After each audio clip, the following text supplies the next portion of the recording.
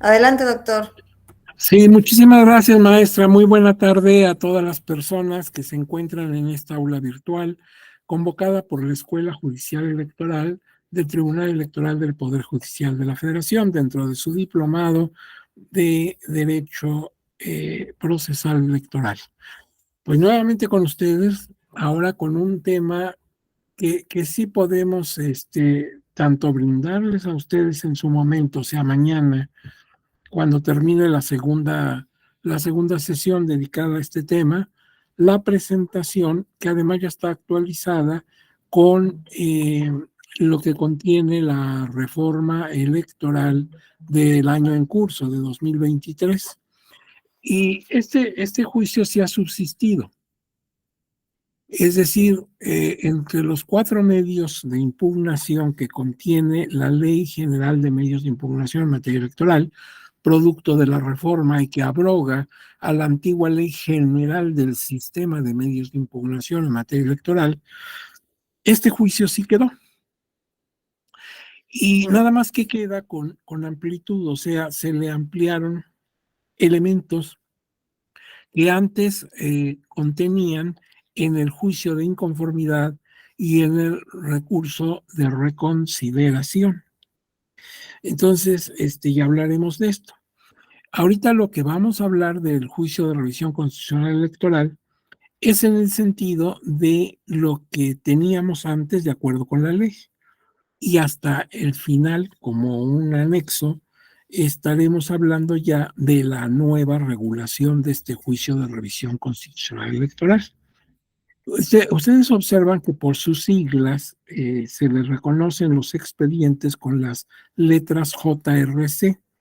Un JRC es un juicio de revisión constitucional electoral. Tal vez con la nueva disposición de la reforma, estas siglas se conserven.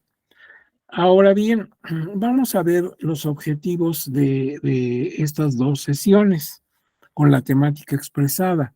Al concluir el estudio de este tema dentro del diplomado en Derecho Procesal Electoral, convocado por la Escuela Judicial Electoral del Tribunal, las personas cursantes, o sea, ustedes, tendrán la información necesaria para definir qué es el JRC. Primero empecemos por ahí, ¿qué es el JRC? Su procedencia, el JRC, ¿para qué? ¿En qué caso se aplica? Las autoridades competentes para su conocimiento y resolución, la competencia. Tramitación, sustanciación y resolución de estos medios de prueba y efecto de la resolución y notificación, así como la experiencia de analizar un caso concreto por dicho tribunal. Esto voy a citarles a ustedes el caso que veníamos presentando cuando hablábamos de este juicio. No lo vamos en la clase porque no alcanzaría el tiempo a estudiar detalladamente. Cuando no teníamos el anexo de un cambio de reforma, pues yo pedía que viéramos todos la sentencia que obra en el expediente tal y viéramos los agravios y los fundamentos, los argumentos y finalmente la decisión que tomó el tribunal en su sala superior. En este caso, nada más voy a citar el caso, el expediente, y pues voy a sugerir a ustedes que ya en lo particular, si les interesa, ustedes vean esa sentencia, es muy interesante y es actual. Entonces, esto adelanto pues que no vamos a entrar como lo hacíamos al estudio del expediente, pero sí lo voy a citar. Y por otro lado, se analizará su estado actual del JRC en la nueva Ley General de los Medios de Impugnación en materia electoral, que es el resultado, es el producto de la reforma actual y que empezó a tener vigencia el día 3 de marzo próximo pasado. Entonces, de acuerdo con estos objetivos, ofrezco a ustedes desarrollar este temario. Primero una introducción para ver de dónde surgió el JRC, por qué el JRC llegó a a ser un medio impugnativo en materia electoral. Y luego, pues ya entrando en materia, precisamente el origen del JRC, su marco normativo, cuáles son las disposiciones constitucionales y legales que aplican para el JRC, la procedencia, la competencia, la legitimación y personería, la tramitación, sustanciación y resolución, los medios de prueba que pueden ofrecerse, los efectos de la resolución, la notificación a sus sentencias, la jurisprudencia, aunque claro, cuando veamos esta jurisprudencia, pues sabemos que es la jurisprudencia que actualmente se tiene principalmente en este rubro, en el JRC. Es probable que muchos de esos criterios jurisprudenciales y de tesis relevantes subsistan y otros no, pero eso será pues ya decisión de las y los señores magistrados del tribunal, quienes al ir resolviendo pues irán viendo cuáles subsisten o no. Y finalmente, el análisis del caso concreto, que como les digo, nada más me voy a concretar a mencionarles para que ustedes, si se interesan, y creo que sí les puede interesar mucho, consulten ya en lo corto la sentencia y vean, ya digamos en un caso concreto, cómo se aplican las reglas del JRC. Y luego, pues el tema que a todos nos interesa, cómo queda regulado ya este juicio que subsistió, inclusive con el mismo nombre, pero que claro, como está abarcando también asuntos que competían al juicio de inconformidad y al recurso de reconsideración que desaparecieron, pues necesariamente tiene situaciones diferentes. Y bueno, luego sacaremos la conclusión o conclusiones que sean del caso. Vamos a la introducción.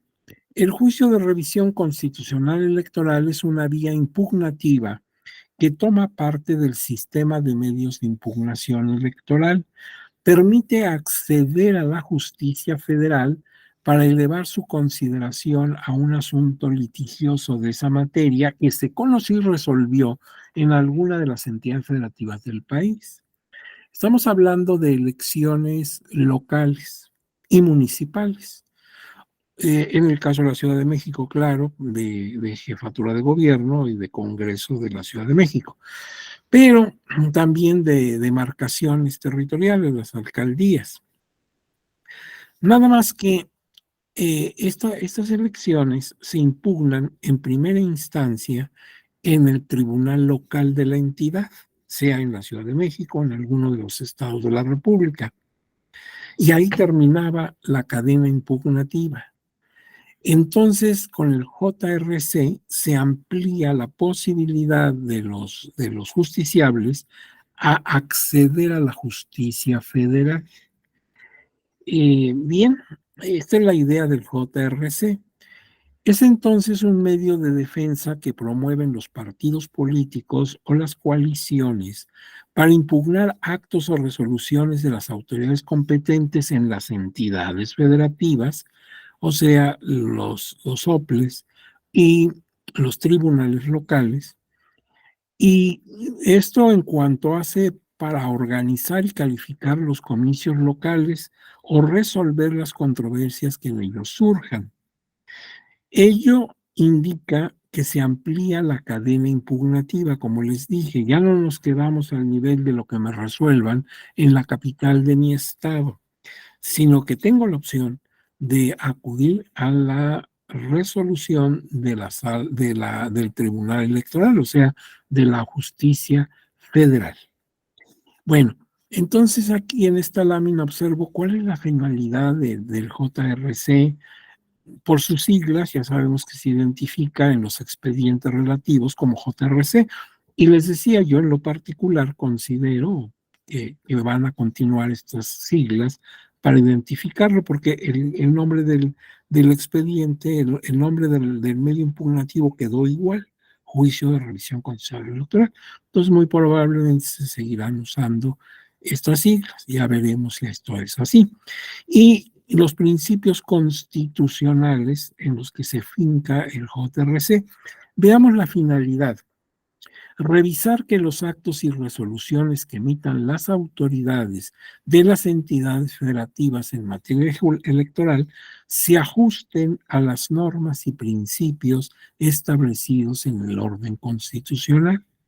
Entonces, sí, es una revisión sobre lo que ya resolvieron en su momento las autoridades administrativa y jurisdiccional en la entidad federativa. Por eso el nombre es muy claro, porque habla de una revisión constitucional.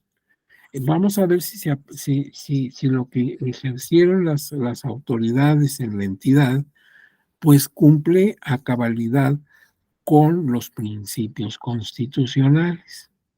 Entonces el nombre me parece muy afortunado, porque precisamente eso es lo que se pretende, revisar la constitucionalidad de actos y resoluciones de autoridades electorales de las entidades federativas que se han pronunciado a propósito de procesos electorales.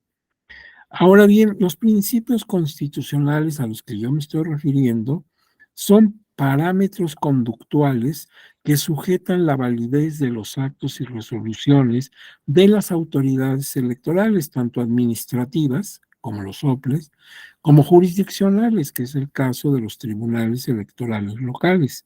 Y estos principios los postula nada menos que la Constitución Política de los Estados Unidos Mexicanos. Esto es hablar un poco en bulto. Queremos, concretizar, ¿cómo qué principios estamos hablando? Pues mira, depende de la materia electoral en la que estemos reduciendo. Por ejemplo, en materia de elecciones, la Constitución nos dice en su artículo 41 cuáles son los principios que deben regir nuestras elecciones, no solamente federales, sino en todo el país. O sea que si se trata de una elección en un ayuntamiento, debe cubrirse estos tres principios. Las elecciones deben ser libres, auténticas y periódicas, deben tener periodicidad. Entonces, pues hay que ver que se cumpla estos parámetros que marca la Constitución, pero esto en materia de elecciones. Si yo hablo de la organización de las elecciones, que es una función estatal electoral, así lo manifiesta el mismo artículo 41 constitucional, pues esa organización debe partir con estos principios. Debe ser el de certeza, legalidad, independencia, imparcialidad, objetividad y máxima publicidad.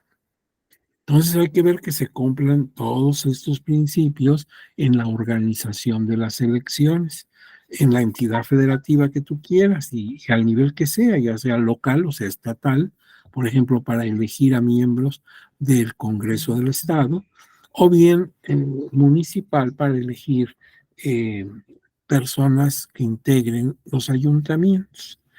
Pasamos a una tercera cuestión, una tercera opción, el sufragio, nuestro voto. ¿Qué principios debe tener que cumplirse en nuestro sufragio al emitirlo y contabilizarlo y todo lo que se hace con el sufragio? El sufragio debe ser universal. Ya quedaron atrás la elección y los votos censitarios. En aquella época, les platicaba yo en alguna de las clases pasadas, tenías necesidad de demostrar para que pudieras votar que tenías pues alguna entrada de dinero, una renta, decían, de determinado monto. Si tú no tenías esto, no podías votar, ni tampoco ser votado. Ahí era dependiente qué cargo querías que te eligieran para presidente de la República, diputado, senador, gobernador de un estado. Necesitabas tener forma de probar ingresos por X cantidad. Eso ya se acabó. Ahora el voto es universal. Toda persona que tiene calidad de ciudadano o ciudadana y cumple requisitos que marca la ley puede acceder al voto tanto activo, votando, como pasivo, proponiéndose como candidato. También el voto debe ser libre, no coaccionado, no presionado, sino totalmente libre. Por eso se cuida tanto que la propaganda gubernamental y también la propaganda que hacen en comunicación los candidatos, candidatas, los partidos políticos, pues no coaccione, simplemente informe, pero no coaccione a las personas electoras. Debe ser secreto, por supuesto, y debe ser directo. No lo puedes transferir a otra persona o que alguien en tu representación vote por ti. En cuanto hacia la organización y funcionamiento de las autoridades electorales, tanto administrativas como jurisdiccionales, los principios son de autonomía y de independencia. Y sobre los actos y resoluciones que emitan esas autoridades electorales, los principios a cuidar son los de constitucionalidad, convencionalidad y legalidad.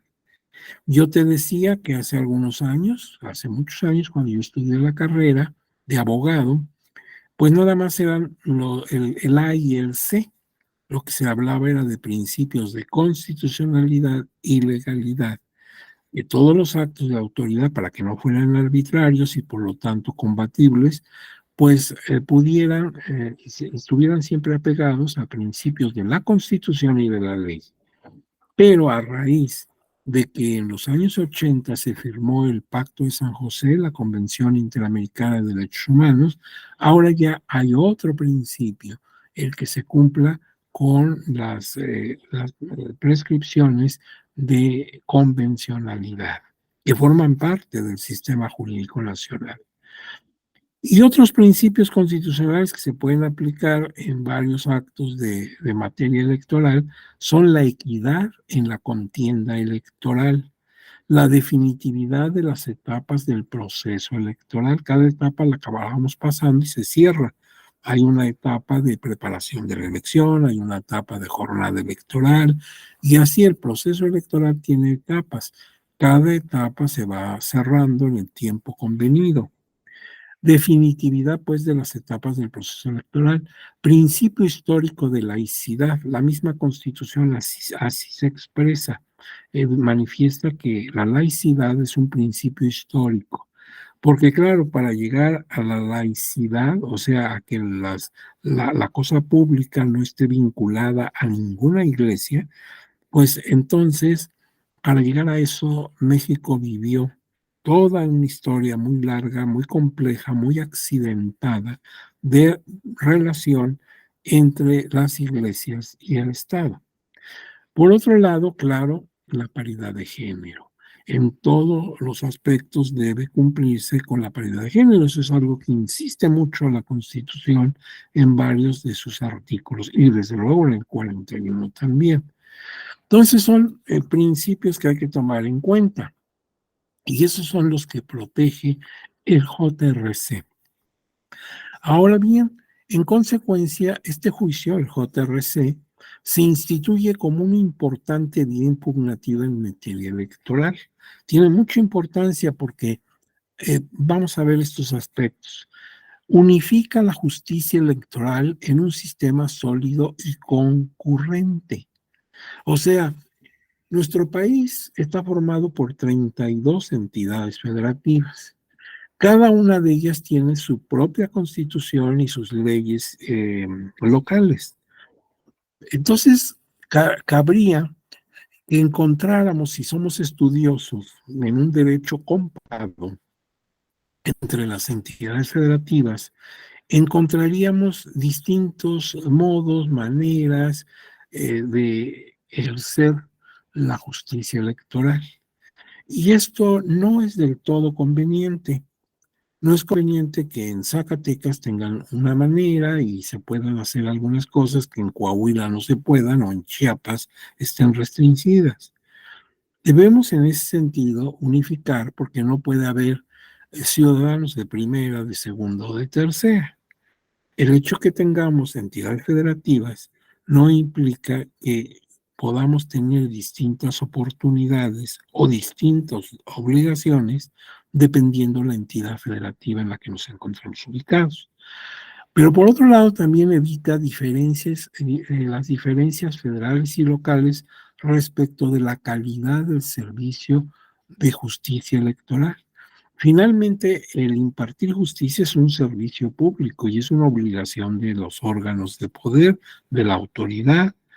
Entonces, pues también habría la posibilidad de que en unos estados fuera más eficiente la justicia electoral que en otros. Y estamos otra vez frente a crear un sistema que no es uniforme y donde pues los habitantes de una entidad federativa pueden estar en mejor o en peor condición que los de la de enfrente.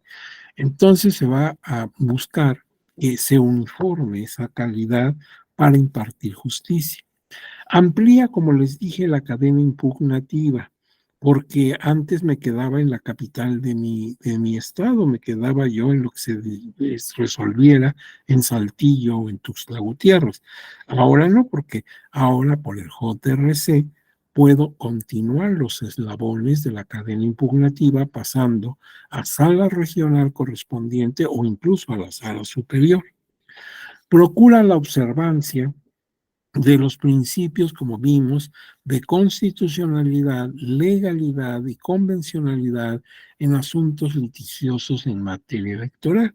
Entonces, con este juicio de revisión constitucional electoral, se garantiza que se está cumpliendo a cabalidad con todos esos principios que vimos hace rato, que depende de qué materia estés hablando, el voto, la preparación de la elección o el mismo proceso electoral, etcétera. Ahora bien, el JRC tutela un espectro muy amplio de principios rectores de la función electoral, por lo cual deben existir autoridad y mecanismos eficientes para garantizar su debido cumplimiento. De aquí la necesidad de estudiar con toda puntualidad posible el JRC desde cómo se originó, cómo se ha venido desarrollando, así como sus aspectos de procedencia, competencia, sistema de probanza, muy importante, tramitación, sustanciación y resolución, alcances de la sentencia y notificación, como también algunas resoluciones referentes. Y sobre todo en un diplomado como este, que está enfocado a estudiar el proceso electoral. Los procesos electorales es el derecho procesal electoral. Y entonces, pues dejamos la introducción atrás y nos vamos al origen del JRC. ¿Cómo se originó? Al indagar el origen del JRC, fíjate bien, no queremos entrar a un estudio que es interesante, pero que nos distraería mucho, porque podríamos encontrarlo desde el siglo XIX. A fines del siglo XIX, en un famoso amparo que se conoció como el Amparo Morelos. Yo no sé si ustedes, que les interesa la materia electoral, pues conozcan este Amparo Morelos. ¿Alguno de ustedes lo conoce? ¿Sabe de qué estoy hablando, el Amparo Morelos? ¿No? Bueno, si hay alguien que sepa de qué se trata, pues intervenga, dígame, yo sí sé y me dice en 3 palabras lo que es el Amparo Morelos. Si no hay tal, si nunca habían escuchado esto de Amparo Morelos, les voy a comentar rápidamente en qué consistió.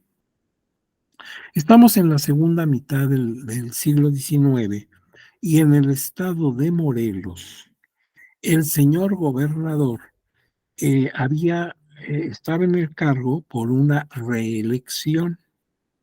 Nada más que la constitución de aquel tiempo en Morelos permitía la reelección, pero con un periodo intermedio, o sea, la reelección subsecuente. Estoy en el cargo, me retiro y luego puedo volver a aspirar al cargo. O sea, no era inmediata. Este señor no respetó esa disposición y estando en el cargo se reeligió. Primer antecedente.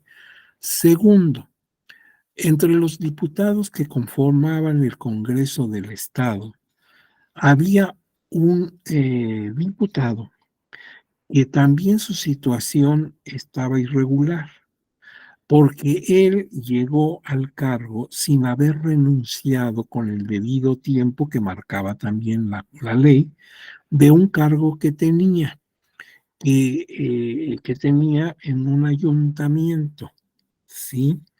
Era intermediario, por así decirlo, entre las autoridades del ayuntamiento y las autoridades del Estado, ¿sí? Era el jefe político, así le llamaban. Este cargo ya no existe, pero existía. Y estando en el cargo, lo que estaba prohibido, hizo su campaña y se reeligió. Entonces, tanto un diputado como el señor gobernador estaba en juego su legitimidad como funcionarios. Bueno, pues ocurrió que por esos días se decretó un impuesto a la caña de azúcar, a la explotación de caña de azúcar, que es un producto que hasta la fecha es esencial en nuestro querido estado de Morelos. Los cañeros, al verse afectados por una alza significativa de los impuestos, pues buscaron defenderse y lo hicieron en bloque. Contrataron un abogado de la época y interpuso un amparo. Y en ese amparo aducía que este impuesto, como todos los impuestos, deben ser eh, ordenados por la ley. Debe haber una ley que los imponga. Y sí la hubo, pero, decía el abogado, fíjate, cuando se hizo la ley, cuando se aprobó en el Congreso, el quórum apenas se logró para que se pudiera llevar a cabo la sesión. Y ahí estaba entre los miembros de la Diputación, pues precisamente el diputado cuya situación era ilegítima por las razones que ya aducimos. Entonces, pues no hubo quórum, porque esa autoridad es ilegítima. O sea, estaba hablando de legitimidad de origen. El señor no era realmente un diputado, estaba ilícitamente en el cargo. Pero el decreto que se publica para dar a conocer el nuevo impuesto lo firma el señor gobernador, que también tiene una autoridad ilegítima. Consecuentemente, no tiene validez el decreto por el cual se suben los impuestos. Esto se conoce por eso como el amparo Morelos, porque se dio en esa entidad federativa. Pero fíjate, ahí se trabó una discusión entre los miembros de la Suprema Corte de Justicia de la época. El presidente de la Corte era el licenciado José María Iglesias. Y uno de los ministros muy brillante de la época era el señor licenciado Ignacio Vallarta. Y entre estos dos ministros se trabó una discusión, un enfrentamiento de tipo jurídico muy profundo, porque el presidente de la Corte, el señor Iglesias, decía que el amparo sí podía eh, tocar el tema de la legitimidad de origen de las autoridades. El señor Vallarta decía, por cierto, decía, se puede ver la legitimidad de las autoridades, excepto la de presidente de la República. Este era el criterio de José María Iglesias. Y en cambio, Vallarta decía no, porque en la Constitución, que en aquella época era la de 57, no hay una disposición expresa que le dé a la Corte la facultad de conocer y resolver en torno a la legitimidad de la autoridad, la legitimidad de origen. Lo que debe hacerse en el amparo es circunscribirse nada más a considerar si el demandante del amparo, si el promovente del amparo, ha sufrido violación a sus derechos constitucionales y resolver el amparo protege a la persona que lo solicitó o simplemente se sobresee el amparo, sin meternos al problema, al vericueto de la legitimidad de las autoridades responsables, porque esto es grave. No tenemos, primero, no tenemos facultades. Y segundo, esto daría origen a que todas las autoridades del país, como dice el licenciado Iglesias, a excepción del presidente, que lo está exceptuando quién sabe por qué, pero todas las autoridades del país que vinieran en elección, hubieran sido elegidas, pues se ponga en cuestionamiento su autoridad en cuanto llegue un amparo. Imagínate, este gobernador pues ya ganó la elección, ya aprobaron su elección, ya la calificaron los miembros del Congreso local, que así se hacía en colegio electoral. El mismo Congreso elegido en colegio electoral calificaba la elección. Entonces él ya podría considerarse gobernador en reelección. Y ahora de repente le dice, ya no eres gobernador, porque eso ya no tendría efectos nada más para ese amparo, sino en general. Pues si es ilegítimo para todo, ya no es el gobernador de Morelos. Y entonces la Corte se convierte en un superpoder que puede poner en entredicho una autoridad, aun cuando ésta ya está ejerciendo su cargo y ya fue calificada su elección. Vallarta dice, nos debemos concentrar únicamente a proteger o no a, al quejoso y nada más. Bueno, pues en esa discusión ganó la tesis de Vallarta. Y qué bueno, porque de lo contrario el amparo hubiera sido muy atacado en la dictadura porfirista. Pero estamos viendo que en materia electoral y Suprema Corte de Justicia de la Nación, por ejemplo, no deben mezclarse. El primer antecedente podemos citarlo en el amparo Morelos. Yo les sugeriría también que en línea vean lo referente al amparo Morelos. Hay un estudio muy interesante del magistrado Felipe de la Mata, lo pueden encontrar en línea, y otro documento también del señor licenciado Rodolfo Terraza Salgado, y otro más, aunque más abundante, más profundo y con más detalles históricos, de el señor ex magistrado de la Sala Superior del Tribunal, el doctor Manuel González Oropeza. Entonces, si tú tecleas los nombres de alguno de estos tres tratadistas, Felipe de la Mata, Rodolfo Terrazas y Manuel González Oropeza, en tu computadora, y le pides que te dé el artículo que tienen cada uno de ellos sobre el amparo Morelos, lo vas a encontrar y ahí te encuentras todos los detalles de esta situación. Por otro lado, también ya en tiempos más recientes, la Constitución Política de los Estados Unidos Mexicanos, la actual, la vigente, tenía en su artículo 97, que ya no está vigente, la disposición, quizás te acuerdes, de que la Suprema Corte tenía la facultad para investigar violaciones graves al voto público. Si había algún problema pues de mucha trascendencia, de mucha importancia en violación al voto público, Suprema Corte podía hacer indagaciones sobre este punto y lo que observara lo podía mandar o enviar a la autoridad competente para que conociera y resolviera. Esto era también un grave compromiso para la Corte y por eso terminó derogándose esa facultad. Tampoco tuvo efectos.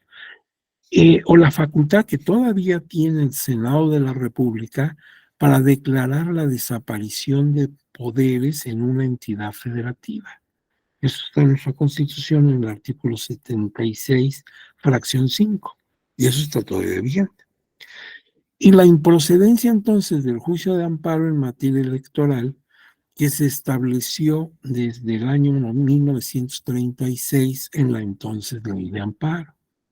Entonces, como que hemos tenido muy poco tino y muy poca muy poca suerte realmente en esto de que el amparo sea procedente en materia electoral. Ahora, pues desde luego, estas cosas las debe conocer, estas impugnaciones las debe conocer el Tribunal Electoral del Poder Judicial de la Federación. Y las conoce, al menos hasta antes de la reforma, a través del juicio de inconformidad, el recurso de reconsideración para elecciones federales, y en cuanto a las locales, a través del JRC.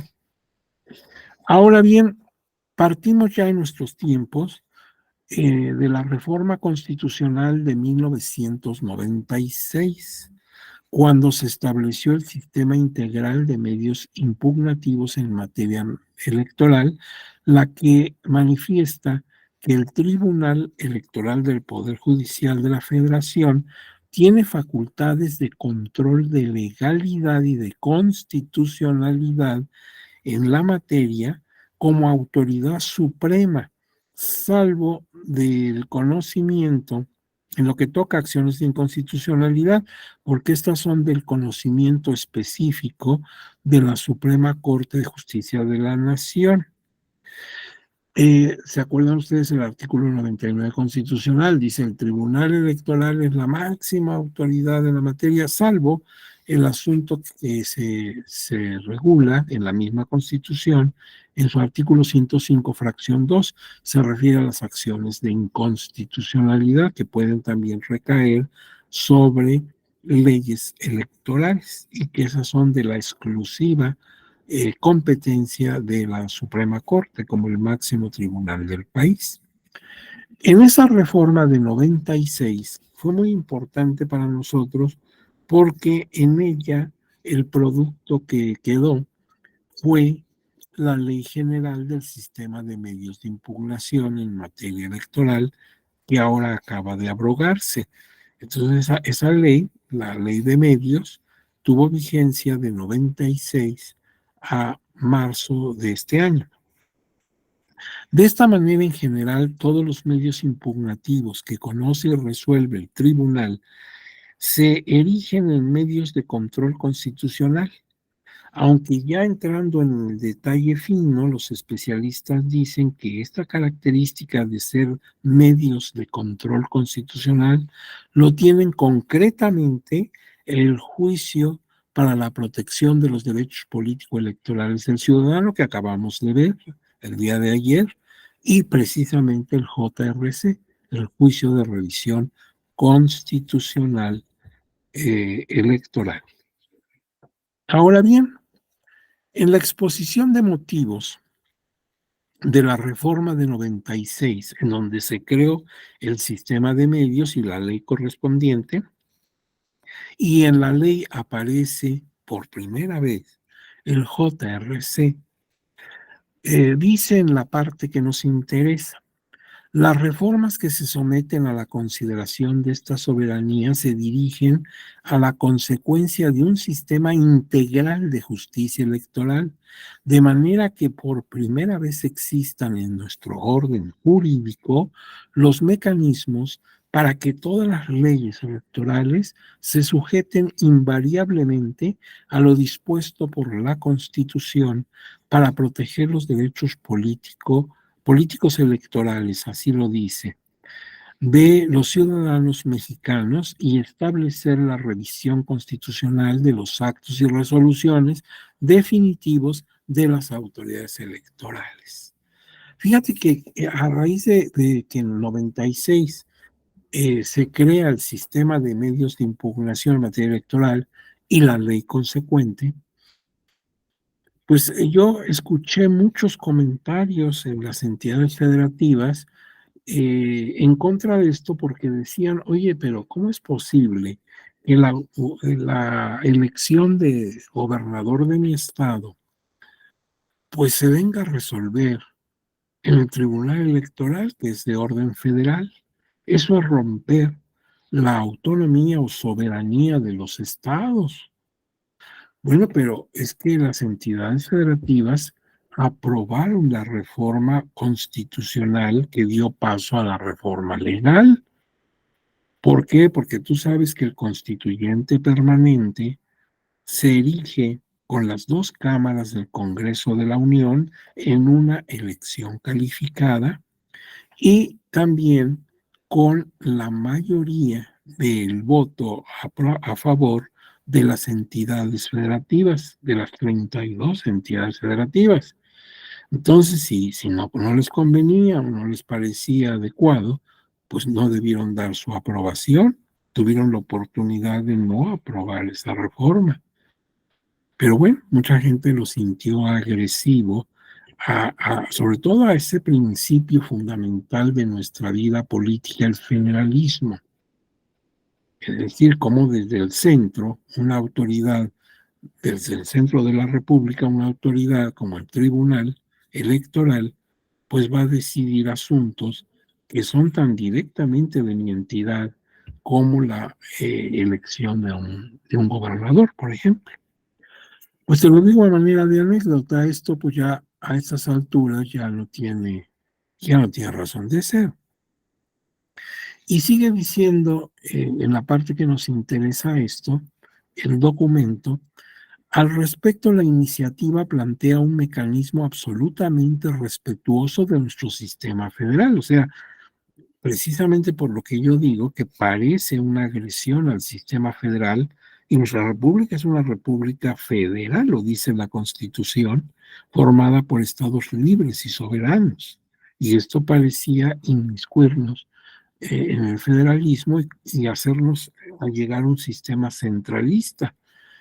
Y no, aquí dice que respeta nuestro sistema federal al prever que esta nueva vía solo procederá cuando haya violaciones directas a la Constitución General y en casos determinados que, por su trascendencia, meriten ser planteados ante esa instancia jurisdiccional. De igual manera, con esta vía se aspira a superar los debates sobre legalidad de los procesos electorales, cerrando el camino a decisiones políticas sin fundamento jurídico que pudieran afectar el sentido de la voluntad popular expresada en las urnas. Tú sabes que todo se puede ver con dos anteojos, el del pesimismo y el del optimismo. Y tiene mucho que ver los anteojos con que tú mires las cosas. Si tú lo ves en forma pesimista, en forma negativa, pues es una violación al sistema de federación que tenemos. Si lo ves en sentido optimista, pues es la oportunidad que tienen la ciudadanía y las personas votantes de que su voto será contabilizado y tendrá las consecuencias que la Constitución y las leyes establecen. Entonces, pues todos como lo mires, ¿verdad? Esa fue la discusión de origen. A estas alturas, pues ya cobró carta de naturaleza y creo que ya no es discutible este asunto, pero estoy dando como una referencia histórica. Además, otra reforma constitucional y legal, la del año 2007, porque la que yo estaba hablando es de 96, pues en 2007 hubo otra reforma. Esta otorgó competencias a las salas del tribunal para resolver sobre la no aplicación de leyes electorales contrarias a la Constitución. ¿Te acuerdas de esa facultad enorme que tienen las salas, no nada más la superior, sino todas las salas que integran el tribunal? Pueden resolver la no aplicación de una ley de carácter electoral que consideren contrarias a la Constitución. Claro, hay limitaciones a esta facultad, hay parámetros. Siempre que la Suprema Corte no se hubiere pronunciado antes al respecto a través de acciones de inconstitucionalidad, que como ya sabemos y ya hicimos anteriormente, son de competencia exclusiva de la Suprema Corte. Entonces, si la Suprema Corte ya se pronunció respecto a que esa norma es constitucional o es anticonstitucional, el tribunal ya no tiene facultad para hacer una nueva consideración al respecto. Y además, no tiene tampoco facultad de expulsar la norma del sistema.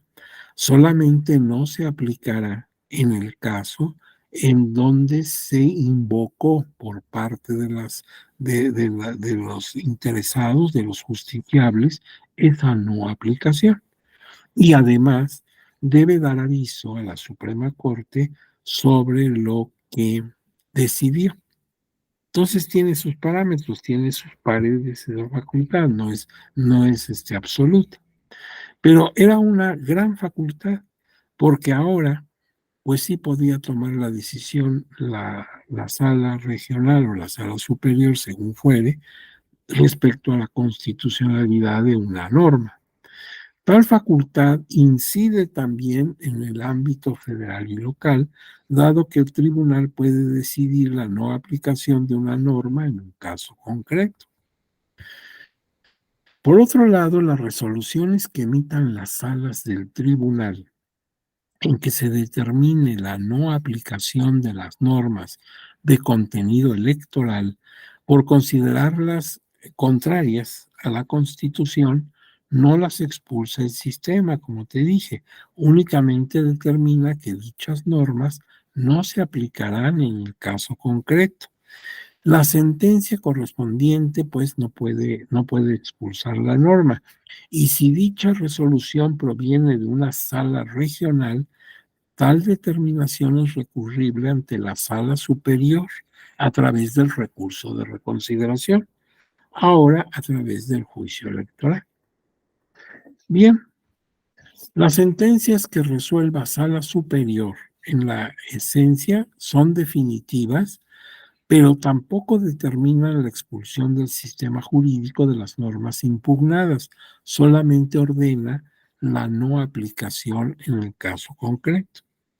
En todo caso, prevenga la decisión de sala regional o de sala superior, es la sala superior la que debe informar de ello, de que no se aplicó, a la Suprema Corte de Justicia de la Nación, aunque la disposición constitucional que así lo manda no especifica para qué efectos.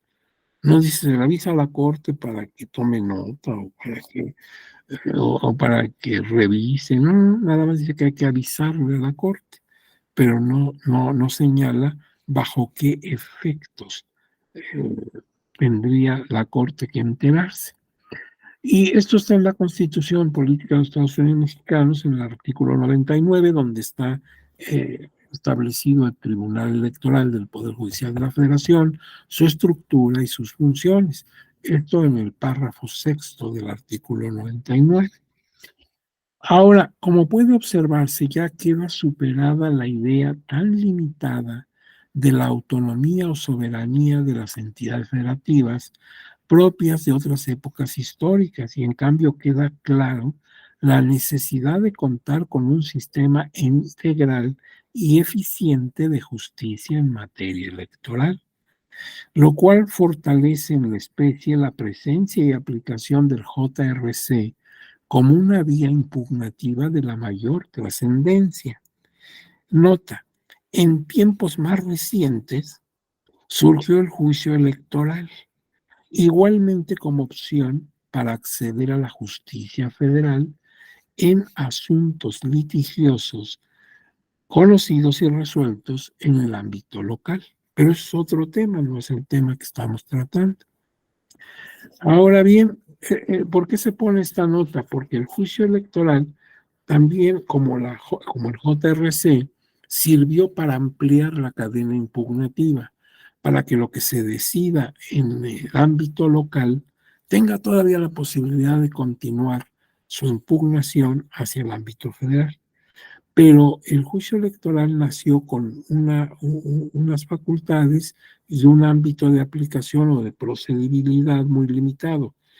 Iba ampliando mucho su cobertura cuando viene esta reforma de 2023, y ahora el juicio electoral es enorme.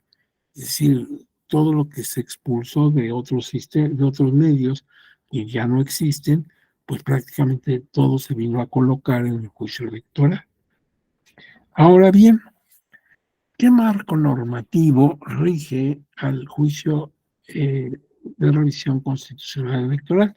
Pues primero, la propia Constitución Política de los Estados Unidos Mexicanos, en su artículo 41, base 6, su artículo 60, párrafo segundo, y 99, párrafo cuarto, fracción cuarta, así como el 116 y el 122, base 9.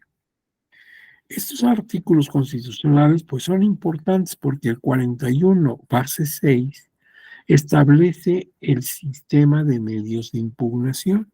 Dice que para asegurar, para dar seguridad sobre la constitucionalidad y legalidad de los actos y resoluciones de las autoridades electorales, se creará un sistema de medios de impugnación en materia electoral. El artículo 60 establece que al expedirse constancias de validez de elección y de candidato o candidata electa, estos actos pueden ser impugnados por la vía que corresponda. Aquí se estaba regulando dos medios impugnativos que ya desaparecieron: el juicio de inconformidad y el recurso de reconsideración. El 99 ya sabemos que establece la estructura y funciones del Tribunal Electoral del Poder Judicial de la Federación. El 116 uniforma la justicia electoral en todas las entidades federativas que son estados. Entonces, en los estados se replica el sistema de justicia electoral. Y para el caso concreto de la Ciudad de México es el 122, el que uniforma. Dice que en la Ciudad de México se creará un sistema de impugnación. Entonces, entre el 116 y el 122, el 116 para los estados, el 122 para la Ciudad de México, pues queda uniformado totalmente el sistema de medios de impugnación. Ahora bien, en la Ley General del Sistema de Medios de Impugnación en materia electoral, pues tenemos estos artículos, el 3.2, donde se señala por primera vez el nombre del juicio de revisión constitucional electoral. Y luego, pues también en los artículos 6 a 33, donde están las reglas comunes para todos los medios de impugnación, y ya concretamente para este medio, en los artículos 86 a 93. Pero estoy hablando de la ley que se abrogó. Ya mañana veremos cómo queda en la nueva ley. Ahora bien, el artículo 41 decía, en la base 6, dice: para garantizar los principios de constitucionalidad y legalidad de los actos y resoluciones electorales, se establecerá un sistema de medios de impugnación. Por eso la ley que ahora se abroga así se llamaba Ley General del Sistema de Medios de Impugnación. El nombre se la da nada menos que la Constitución. La actual se llama casi igual, pero le quita lo de sistema. Nada más dice la Ley General de los Medios de Impugnación en materia electoral. Sin embargo, ya en sus artículos, en los primeros artículos, se establece que se trata de un sistema de medios de impugnación. O sea, lo cambió nada más en el título. Incluso así puedes reconocer ahora la nueva ley. Por ejemplo, cuando te metes a internet, ya ves que a veces te da resultados que no son los que quieres. Y cuando marcas la nueva ley de medios, te da la viejita, la Ley General del Sistema de Medios, que ya quedó abrogada. Y es que pasa como nos pasa a cualquiera de nosotros, por ejemplo, cuando cambiamos fecha del año. Los primeros días de enero todavía sigues escribiendo 2022. Y hasta que te acuerdas, ya estamos en 2023. ¿Te acuerdas que eso muchas veces ocurre, verdad? Que nuestra memoria nos traiciona y como todo el año repetimos 22, pues hasta que nos volvemos a acostumbrar que ya es año 23. Entonces, la diferencia que tú puedes encontrar, si te ocurre algo así, es que veas que cuando diga Ley General del Sistema, esa es la anterior, la abrogada. Si dice Ley General de los Medios, sin hablar de sistema, esa es la nueva, la que ha quedado vigente. El artículo 60, en párrafo segundo, dice: el organismo público, o sea, el INE, en cada una de las entidades federativas, o sea, los OPLES, podrá declarar la validez de las elecciones y otorgará las constancias respectivas. Las determinaciones podrán ser impugnadas ante el Tribunal Electoral del Poder Judicial de la Federación. ¿Por qué vía? Pues por el JRC. Y el artículo 99, párrafo cuarto, fracción cuarta, dice: las impugnaciones de actos o resoluciones definitivas y firmes de autoridades competentes en las entidades federativas para organizar y calificar los comicios o resolver las controversias que surjan durante las mismas, que puedan resultar determinantes para el desarrollo del proceso respectivo o el resultado final de las elecciones. Esta vía procederá solamente cuando la reparación solicitada sea material y jurídicamente posible dentro de los plazos electorales y sea factible antes de la fecha constitucional o legalmente fijada para la instalación de los órganos o la toma de posesión de los funcionarios elegidos. Por eso estos JRC deben ser tramitados, sustanciados y resueltos en un plazo brevísimo. ¿Por qué? Porque antes de que llegue el día de la toma de posesión de los servidores y servidoras públicos o de que tomen posesión los miembros de cuerpos colegiados como congresos locales o ayuntamientos, ya debe estar resuelta la situación para que, bueno, si finalmente accedieron al cargo, pues tomen posesión. Y si no, pues se piense en una elección extraordinaria. Ahora bien, el 116, como decía, pues establece la unificación al nivel de estados. Dice: se establezca un sistema de medios de impugnación para que todos los actos y resoluciones electorales se sujeten invariablemente al principio de legalidad. Esto referente a las elecciones electorales. Este artículo unifica a las entidades federativas al sistema federal, en tanto que el 122 lo hace respecto de la Ciudad de México. El artículo 122, en su base 9, dice: en la Ciudad de México la Constitución y las leyes de ella deberán ajustarse a las reglas que en materia electoral establece el artículo 116. Entonces el 116 uniforma para todos los estados y luego el 122 dice: hagamos lo que dice el 122, el 116. Bueno, pues ya se uniformó, aunque por separado, en el 116 los estados, en el 122 Ciudad de México. Y la Ley General del Sistema de Medios de Impugnación en materia electoral señala en su artículo 2, el sistema de medios de impugnación se integra por, y va señalando todos los medios que hay. Y cuando llega al inciso D, dice: el juicio de revisión electoral para garantizar la constitucionalidad de actos o resoluciones definitivas y firmes de las autoridades competentes de las entidades federativas para organizar y calificar los comicios o resolver las controversias que surjan de los mismos. Con esto que dice el artículo segundo de la Ley de Medios, ahora ya abrogada, pues prácticamente tenemos la definición que en aquella época podíamos dar de el JRC. Y aquí es en el inciso D donde se menciona el juicio. Y ha quedado, después de la reforma, en la nueva ley con el mismo nombre. En esa misma ley, pero en el artículo 6 a 33, como ya sabemos, estaban las reglas comunes que son aplicables para todo medio de impugnación, consecuentemente también para el JRC.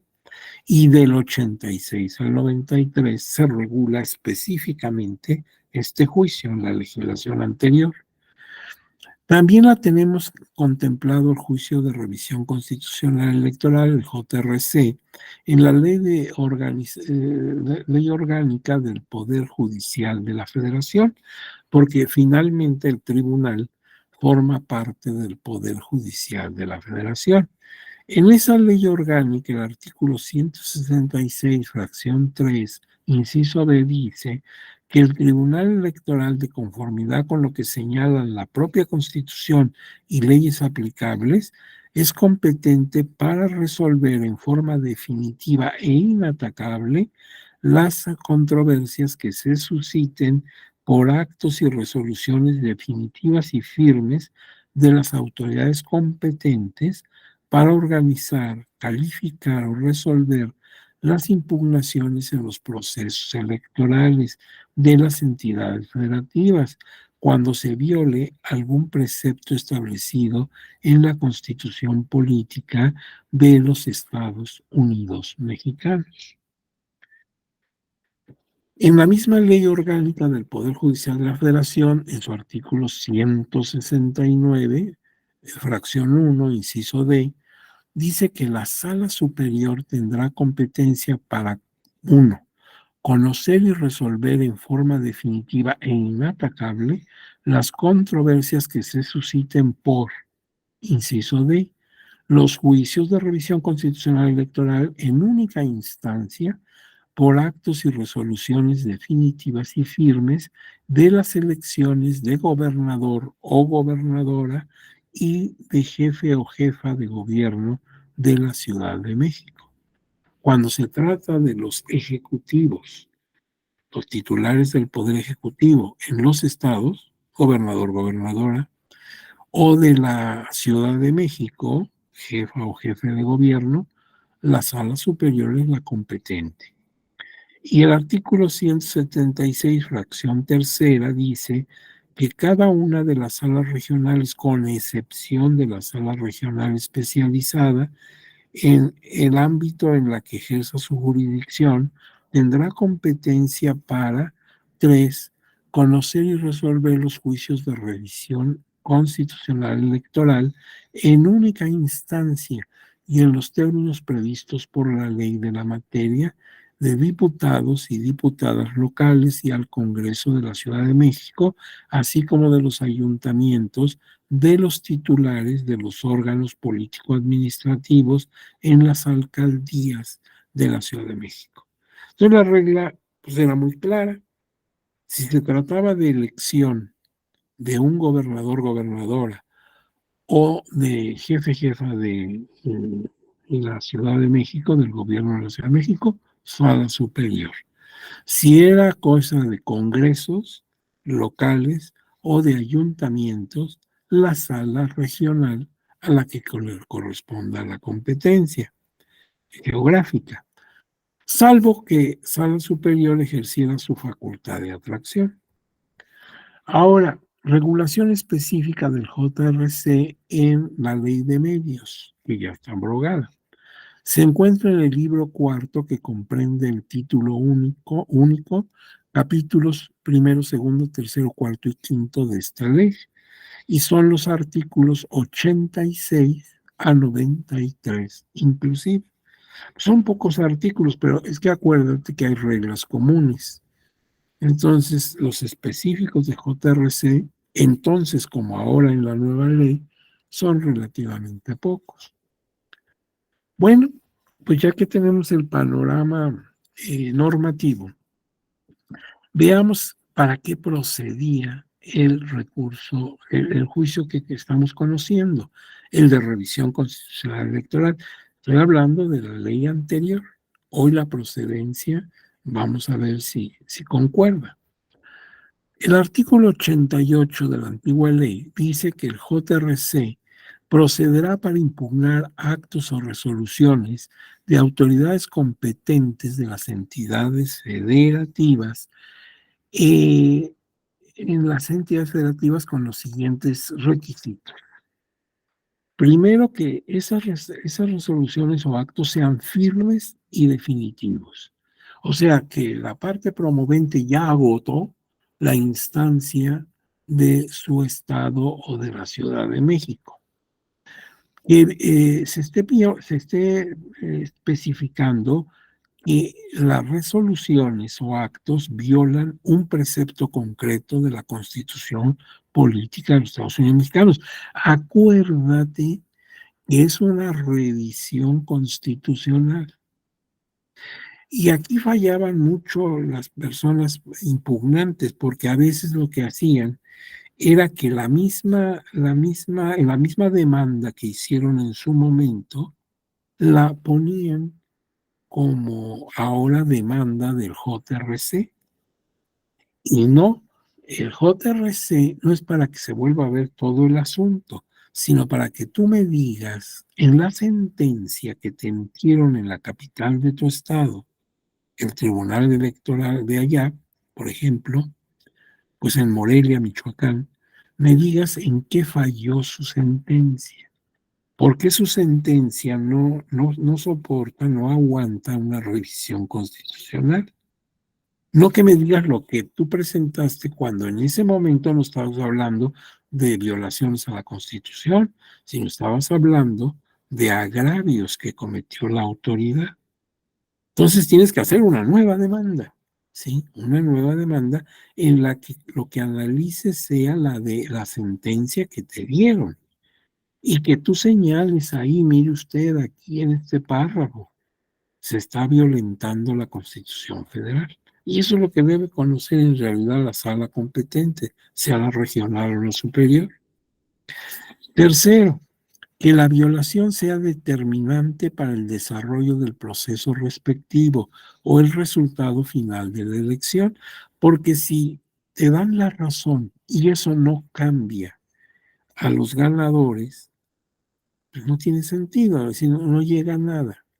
Es inútil, ¿verdad? Es en realidad frívolo tu recurso, tu medio, porque no va a cambiar en nada la decisión final. No, sino que si te dan la razón, si se revoca la resolución, sí cambia radicalmente el sentido de la elección, la votación, los resultados. La reparación además debe ser material y jurídicamente posible dentro de los plazos electorales. Hay que ver si en caso de reparación esta todavía cabe o estamos ante un caso en que ya es imposible la reparación. Por otro lado, la reparación sea factible antes de la fecha para la instalación de los órganos o la toma de posesión, que se hayan agotado en tiempo y forma las instancias previas para combatir esos actos o resoluciones que hubieran podido modificar, revocar o anular los actos o resoluciones impugnadas. El incumplimiento de cualquiera de estos requisitos que hemos visto hace que se produzca el desechamiento de plano del medio impugnativo. Por eso aquí sí los justiciables tenían pues un tiempo muy breve para estudiar y resaltar en su escrito de demanda los aspectos constitucionales que se violaron en la resolución, porque tienes que ser muy puntual. La resolución adolece de errores contra la Constitución. Y te los voy a señalar. Tal, ¿sí? Concretos. Pues eso requiere un estudio específico. Ahora bien, esto es por lo que hace a la procedencia, o sea, el recurso de revisión constitucional electoral. ¿Para qué? Y ahora vamos a la competencia. ¿Quiénes son competentes para conocer y resolver un JRC? En el artículo 87 de la ley abrogada, dice, son competentes sala superior en única instancia cuando se impugna la elección de gobernador, gobernadora o jefe, jefa de gobierno de la Ciudad de México. Y salas regionales, según jurisdicción de circunscripción plurinominal, en única instancia también, en elecciones de autoridades municipales, diputaciones locales y titulares de los órganos político-administrativos en las demarcaciones de la Ciudad de México. Entonces, si no se trata, era muy fácil, si no se trata de titular del Poder Ejecutivo, llámese gobernador si es un estado, o jefe, jefa de gobierno en la Ciudad de México, pues que eso le corresponde a sala superior, como le corresponde en los juicios de inconformidad de antes respecto de la elección de presidente de los Estados Unidos mexicanos. Siempre los ejecutivos van a cuenta de la sala superior. Si no es el caso, sala regional. Ahora bien, la legitimación y personería, o sea, ¿quién puede físicamente presentar el acto, la demanda de un JRC? El 88 de la ley abrogada dice: solo podrán ser promovidos por los partidos políticos a sus representantes, a través de sus representantes legítimos. ¿Y esos quiénes son? Pues hay 4 opciones. Los registrados, los representantes que están registrados ante el órgano electoral responsable. Los órganos electorales se componen de determinadas autoridades y siempre con representantes de los partidos políticos registrados. Entonces, el que es el representante ante el órgano electoral al que le responsabilizamos, esa persona puede presentar el JRC. También quienes hayan interpuesto el medio impugnativo jurisdiccional cuya resolución se impugna. También los que comparecieron como terceros interesados en el medio impugnativo que ahora se impugna. O sea, ya tenían esos antecedentes. Ellos promovieron o ellos son terceros interesados. Los que tengan facultades de representación de acuerdo con los estatutos del partido político. El partido político, a través de sus estatutos, tal vez permita que se dé poder a determinada persona. En este caso, pues nada más debemos ver que en el estatuto haya esa posibilidad y que quien extendió el poder sea un funcionario o funcionaria de partido político que tiene facultades para otorgarlo. Entonces, pues la falta de legitimación o personería produce el desechamiento de plano. Si no lo interpone quien debe interponerlo, pues se desecha. Ahora bien, artículos referidos de la Ley de Medios, que ya está abrogada.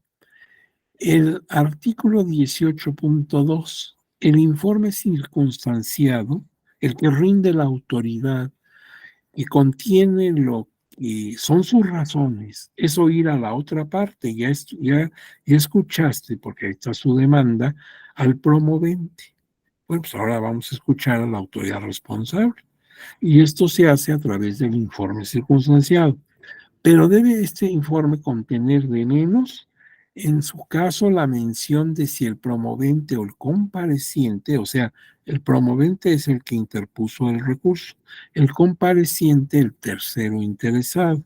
Ese puede haberlo o no, no todos los casos tienen tercero interesado, pero si sea promovente o compareciente, tienen reconocida su personería. ¿Qué tal que el promovente viene a interponer un juicio de estos de JRC y él se dice representante del partido A, y cuando contesta la autoridad en el órgano impugnado, te dice: fíjate que yo tengo aquí registrado a otra persona.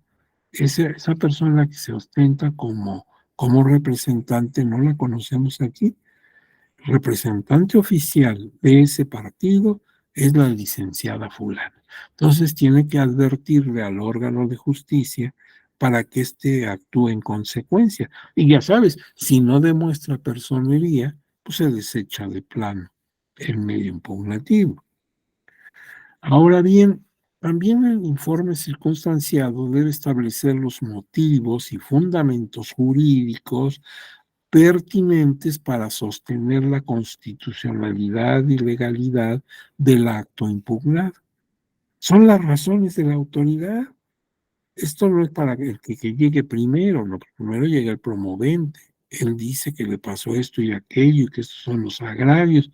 Bueno, esa es su versión. Y ya veremos con la probanza qué logramos investigar. Pero también hay que escuchar la otra parte. la autoridad responsable, en qué se basó para resolver o realizar un acto que ahora se impugna. Nos tiene que explicar.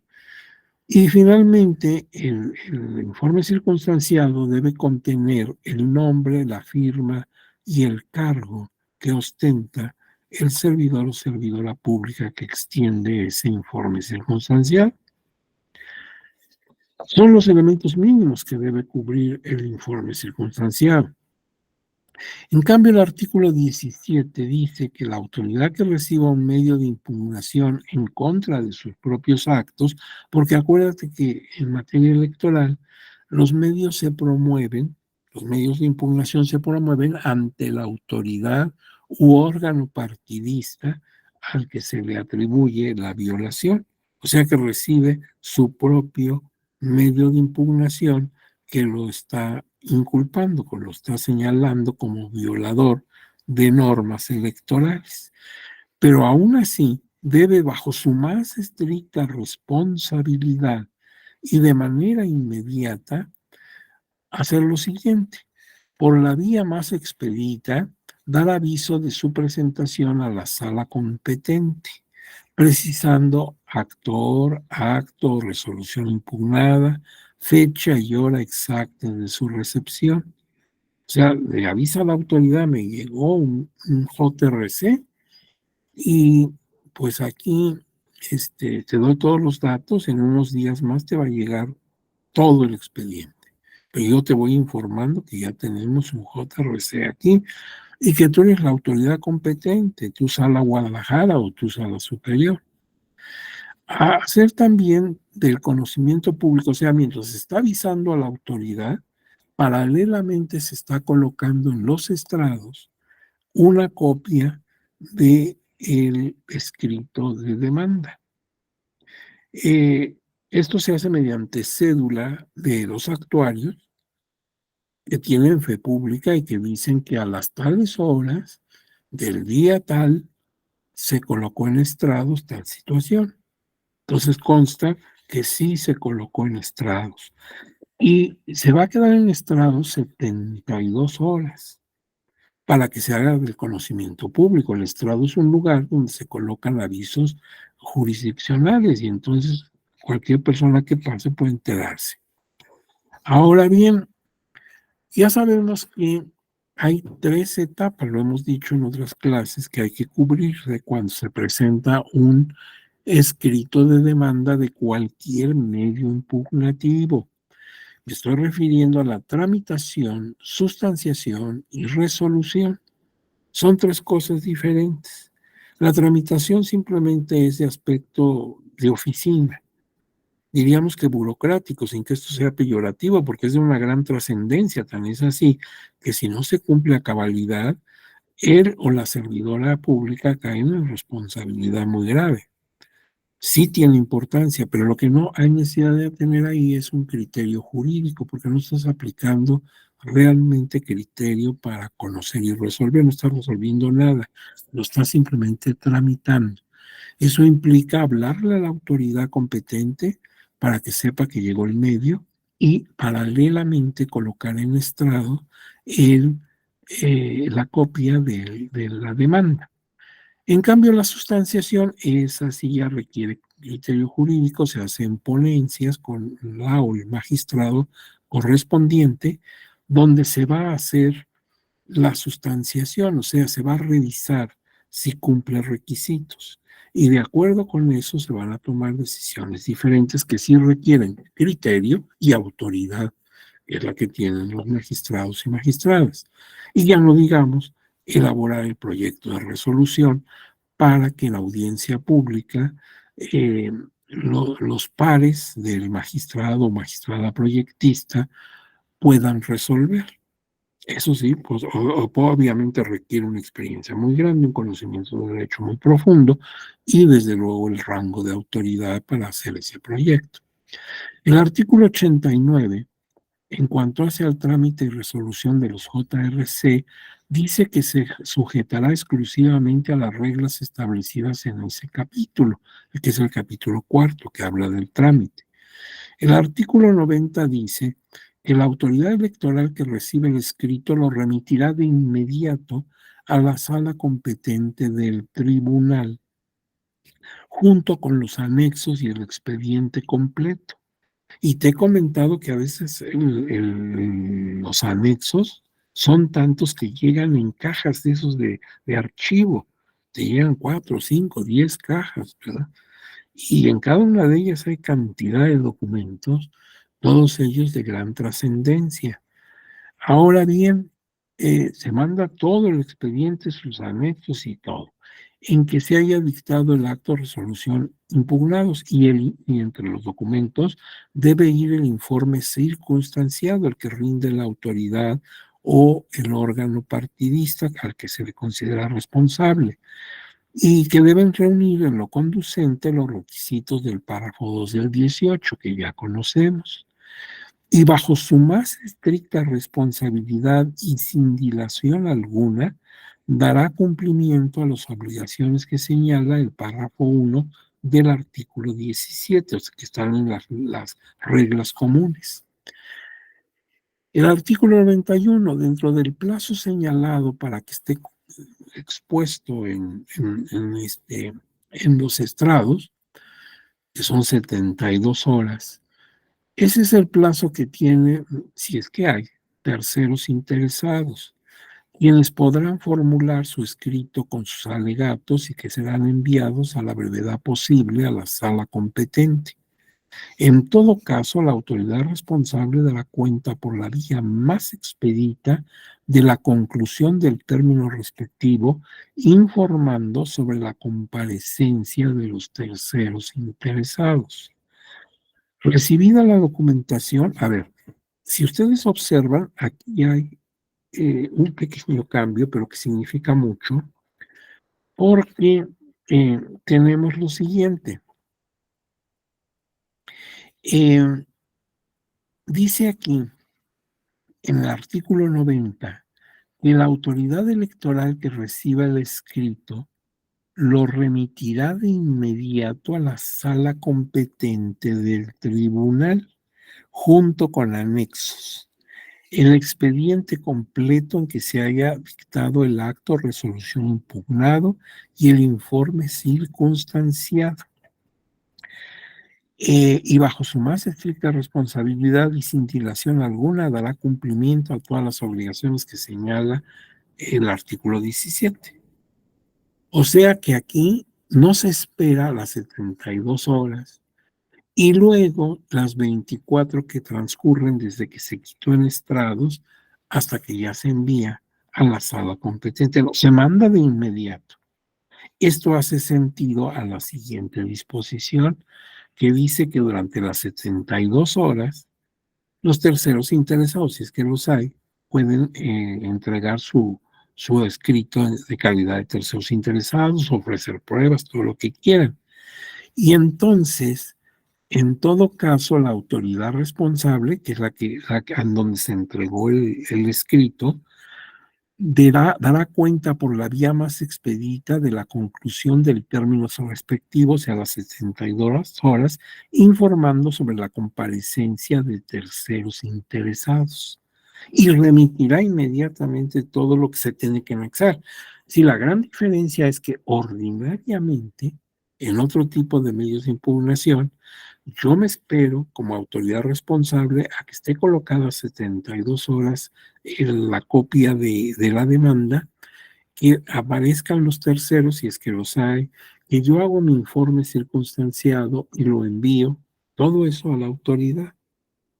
Aquí cambia esta situación. Primero mando todo y lo que se me vaya anexando en ese plazo de 72 horas, como es el escrito de los terceros interesados, se lo mando. ¿Y esto por qué? Pues porque urge. Acuérdate que hay que resolver antes de que llegue la fecha que en la Constitución y leyes de la entidad federativa de que se trate deban tomar posesión los interesados, los candidatos. Y esas fechas son diferentes. En cada entidad federativa tienen una disposición diferente. Entonces, para que no vayamos en un momento dado a no tener la resolución a tiempo, hay que ir adelantando. Eso nos hace ver la urgencia. Ahora bien, ya llegó la documentación a la sala correspondiente, sea superior o sea regional. Entonces, el presidente de la sala, él o la presidenta de la sala, turnará de inmediato el expediente al magistrado al que le corresponda, o sea, de acuerdo a ciertos parámetros. Antiguamente era por orden, ¿sí? Estaban los 3 magistrados, por ejemplo, si era una sala regional, y entonces al magistrado 1, y luego al siguiente al magistrado 2, y luego al 3, y luego volvíamos al 1. Y ahora se hace por medio de un sistema aleatorio, de manera que ningún magistrado o magistrada sabe si le va a tocar o no, sino hasta que le toca, porque no va siguiendo un orden. Bueno, pero esto fue hace poco tiempo que se estableció este sistema aleatorio. De cualquier manera, sea el sistema que fuere, se le turna a la ponencia del magistrado o magistrada correspondiente. Asimismo, en cuanto se reciba la documentación del medio impugnativo, escritos, anexos, expediente completo, informe circunstanciado, se agrega a los autos correspondientes. Porque acuérdate que se envió primero algo y ahora vienen otras cosas a añadirse. Bueno, pues se le manda a la ponencia a la que le corresponde. Artículo 91, párrafo 2. En el JRC, esto es muy importante, no se nos olvide, no se podrán ofrecer o aportar pruebas, salvo en casos extraordinarios, las supervenientes, cuando éstas sean determinantes para acreditar la violación reclamada. Sí, porque si tú me ofrecieras otras pruebas, pues esas no las conoció la autoridad a la que le estás impugnando tu violación a tus derechos. Entonces, pues por eso te dieron una resolución en un sentido negativo. Tú no puedes ampliar la litis, ni puedes tampoco eh, presentar nuevas pruebas que no presentaste en su oportunidad a la autoridad, salvo que se trate de pruebas supervenientes que tú no tenías conocimiento. Y ese tú puedes ser el promovente, puede ser el tercero interesado y hasta la misma autoridad responsable. No tenías conocimiento que existía esa prueba. O sí lo tuviste, pero no pudiste tener la prueba en la mano. Son pruebas supervenientes. Y solamente que esas pruebas se considere que sí van a cambiar el sentido de la resolución, porque si no van a hacerlo, no tiene sentido que las presentes. Ahora bien, el artículo 16.4 de la Ley de Medios Abrogada nos dice que precisamente las pruebas supervenientes son medios de convicción surgidas después del plazo legal en que deben aportarse. Y las existentes desde entonces, o sea que sí existían, pero el promovente compareciente, que es el tercer interesado, o la autoridad responsable, no podían ofrecer y aportar porque los desconocían o porque había obstáculos que no estaba a su alcance superar, siempre y cuando se presenten antes de que se cierre la instrucción.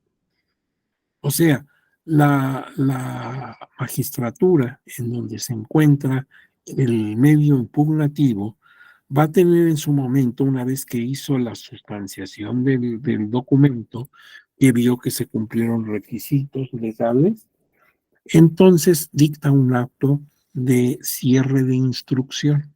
Manifiesta que ya se cierra todo lo concerniente a ese expediente y pone los autos a disposición de su ponencia para que pueda hacerse el proyecto de resolución. Antes de ese auto, sí puedes todavía entregar esas pruebas supervenientes. Después ya no, porque ya están haciendo la resolución. Artículo 93. Las sentencias que resuelvan el fondo del JRC pueden tener los siguientes efectos: confirmar el acto o resolución impugnada y revocar o modificar el acto o resolución y consecuentemente proveer lo necesario para reparar las violaciones constitucionales que se hayan cometido. Son los efectos que puede tener una sentencia en un JRC. Confirmamos. Entonces ahí le fue mal a los promoventes, no les dieron la razón.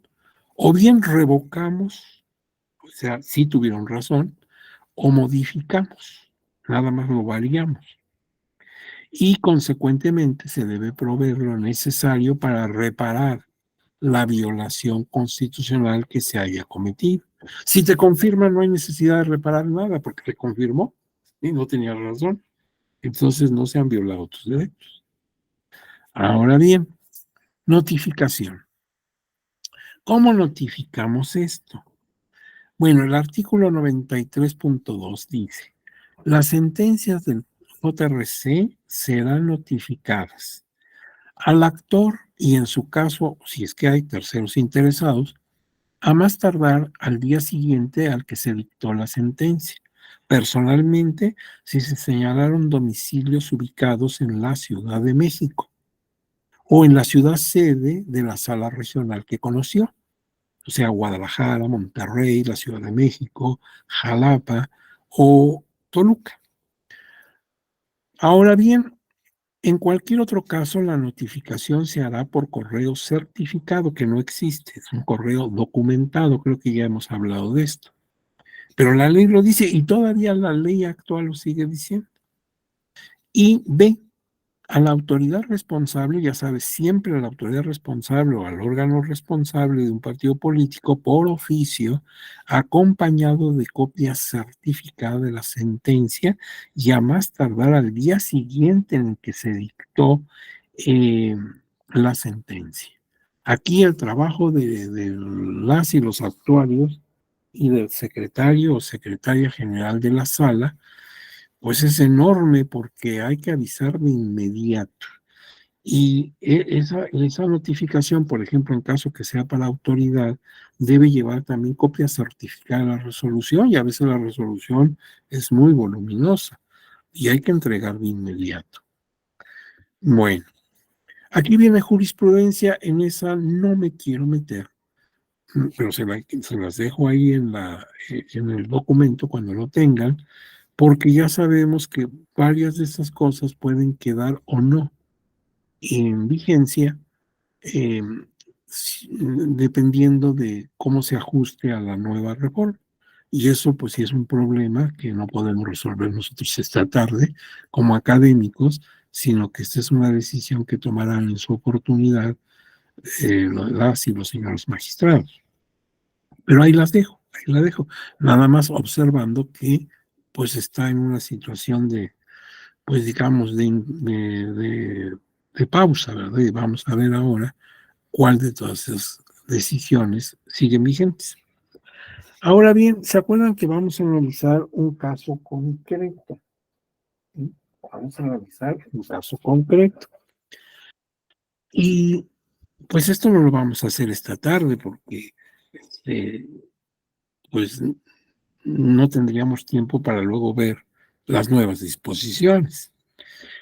Pero sí recomiendo a ustedes que revisen la resolución que obra en el expediente de sala superior, por eso dice sub, JRC, que es nuestro juicio de revisión constitucional electoral, y que es el 0172 del año 2021.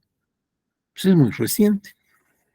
Se trata, el actor es el partido político Movimiento Ciudadano.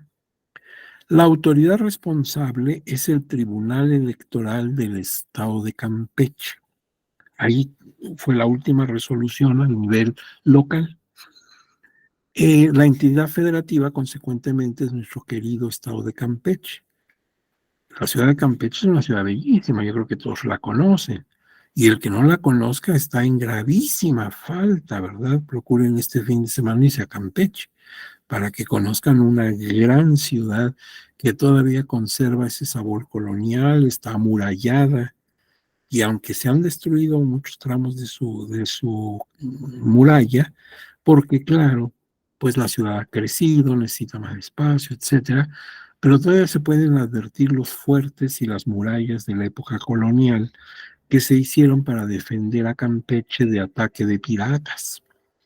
Entonces, es una ciudad bellísima, es patrimonio de la humanidad y en toda América Latina hay algunas ciudades que están amuralladas y que tal vez tú sí conoces, por ejemplo, Cartagena de Indias en Colombia, por ejemplo, San Juan de Puerto Rico, por ejemplo, la misma Habana, La Habana, Cuba, todavía tienen murallas y fuertes de la época de los piratas. Aquí en México hay otras ciudades que tienen fuertes también construidos, no murallas, pero sí fuertes, como el puerto de Veracruz, el famoso castillo de San Juan de Ulúa, que ahora es un museo que se puede visitar. En el puerto de Acapulco está el fuerte de San Diego. En el puerto de San Blas, en Nayarit, está las ruinas de la Contaduría Mayor. En fin, tenemos todavía por aquí, por ahí, algunos lugares que conservan fortificaciones de la época colonial, pero Campeche es un caso especial.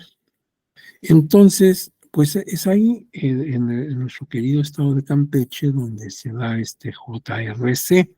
Y el caso se trata de la gobernadora, que ahora está en funciones, la señora Laida Elena Sansores San Román. Ya ven que su elección fue muy controversial, que hubo incluso que hacer un recuento de votos. Y bueno, finalmente ella se demostró que había ganado la elección.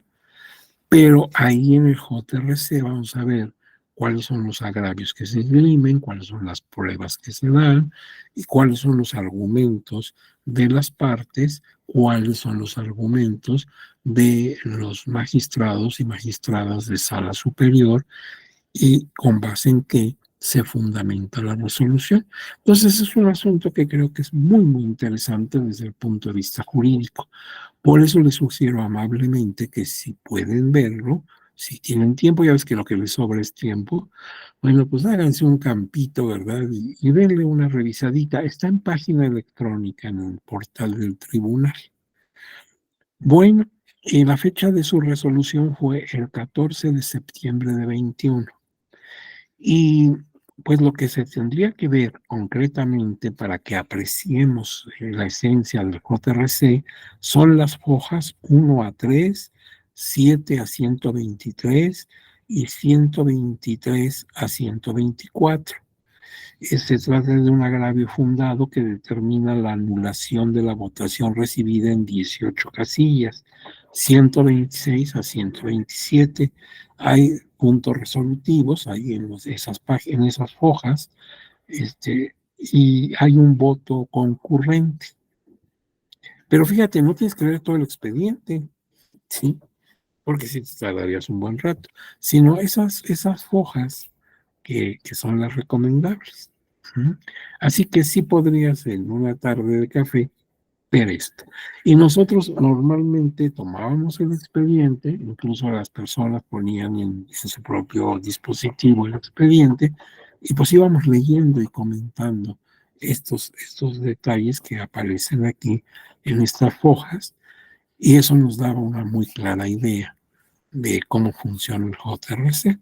Pues ahí les dejo los datos del caso concreto. La determinación de los agravios, porque en la resolución se habla de agravios que fueron calificados como fundados, infundados, inoperantes, ineficientes o inatendibles.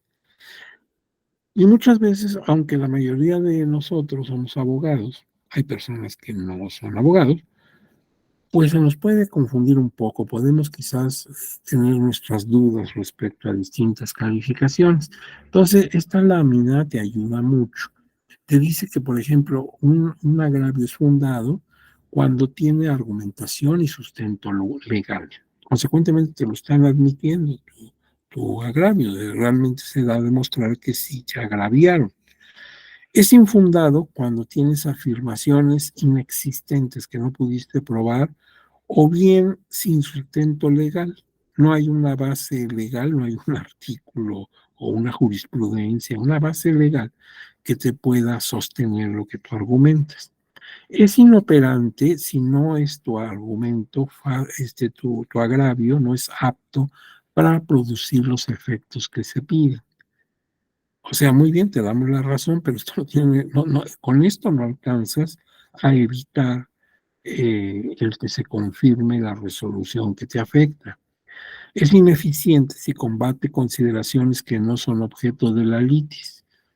O sea, eso que estás diciendo es muy interesante, pero ¿qué crees? No forma parte del litigio. Entonces no te lo puedo yo tomar en cuenta porque no viene al caso. Insuficientes, solo reiteran lo que ya se ha afirmado. O sea, ya lo dijiste, ya lo afirmaron, tienes razón o no la tienes, y si tú insistes, bueno, es insuficiente, no tiene caso atenderlo. Inatendible. Eso significa que no te causan agravio. O sea, todo lo que dices no te perjudica. Entonces son las opciones que hay de calificar los agravios. Bueno, ahí les queda esta lámina para que la analicen y cuando en la resolución vean que esto se consideró infundado, esto se consideró inatendible, etcétera, no tengas dudas, sino quizás esta laminita te pueda dar una idea de qué estamos hablando. Y ahora viene pues el JRC en la reforma de 2023. Pero yo considero que esto mejor lo veamos en bloque en la próxima clase. ¿Les parece? Acuérdense que todo lo que estamos viendo, esto ya pasó. Esto estaba así hasta el día 1 de marzo. Prácticamente hasta el 2 de marzo, aunque salió el decreto. A partir del 3, que ya entró en vigencia, pues ya mucho de lo que aquí se dijo no es así textual. Entonces ahora tenemos que ver en el decreto de reforma que apareció publicado en el Diario Oficial de la Federación el 2 de marzo del año en curso, pues en qué quedó el juicio de revisión constitucional. Algunas cosas se reiteran y es de suponerse que toda la tramitación, sustanciación y resolución se hará de igual manera, pero otras cosas sí varían. Entonces tendremos que ver esto con mucho detalle. Entonces yo sugiero a ustedes de manera muy amable que dejemos hasta aquí la clase, ¿les parece? ¿Sí? Bueno, entonces vamos a cerrar para que nos quedemos con la imagen anterior y ya mañana vemos cómo está ahora el JRC. Si tienen algún comentario, alguna pregunta, con muchísimo gusto los escucho. Muchísimas gracias por su mensaje. Y acuérdense que esta presentación también se las puedo enviar, pero se las enviaría, sería el viernes, porque el jueves terminamos la tarde y es muy difícil que me puedan atender el enviarlo, pero el viernes ya lo tendré, porque pues, es un material para ustedes. Vamos a preguntarle a la maestra Kenia, muy amablemente, si no tiene algo en su chat. No, doctor, no tenemos participación en el chat. Bueno, pues entonces, maestra, nos da usted su autorización para que salgamos de la audiencia. Claro, doctor. Que Bueno, pasen muy bonita tarde. Gracias. la mando un abrazo y como siempre todo mi afecto y reconocimiento. Y a todos nuestros amigos y amigas, pues cuídense mucho, procuren descansar para que mañana tengan mucha fuerza en sus jornadas. Nos vemos mañana tempranito, ya saben, a las 4 estamos entrando. ¿De acuerdo? Me dio mucha Gracias, doctor. alegría. Buenas tardes. Buenas tardes, doctor. Hasta luego. Gracias. Hasta luego.